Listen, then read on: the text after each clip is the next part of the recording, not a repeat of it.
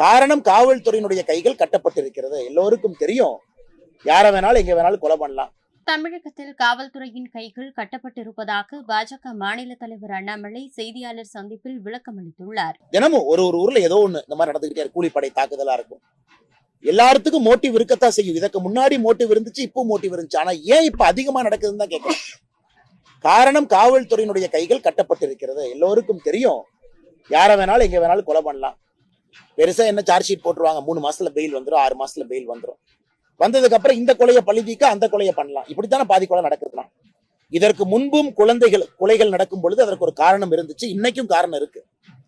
ஆனால் திமுக புதுசா கண்டுபிடிச்ச மாதிரி இந்த மாதிரி முன்வருவதற்காக கொலை நடக்குது. நாங்க எப்படி தடுக்க முடியும் அப்படிங்கிறது முதலா கேட்கறாங்க. இந்தியா முழுவதும் அப்படித்தான் இருக்கு.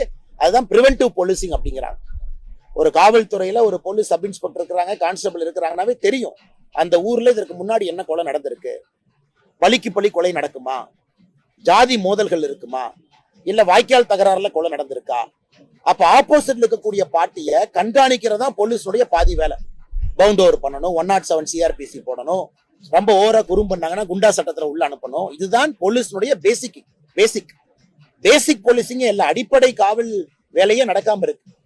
அதனாலதான் தமிழகத்துல பாத்தீங்கன்னா கொலை கொள்ளைகள் அதிகமா இருப்பதற்கான காரணம் காவல்துறை காவல் நிலையத்துல செய்ய வேண்டிய வேலையை செய்ய தவறிட்டாங்க. செய்திகளை உள்ளது உள்ளபடி தெரிந்து கொள்ள ரெஃப்ளெக்ட் நியூஸை சப்ஸ்கிரைப் பண்ணுங்க.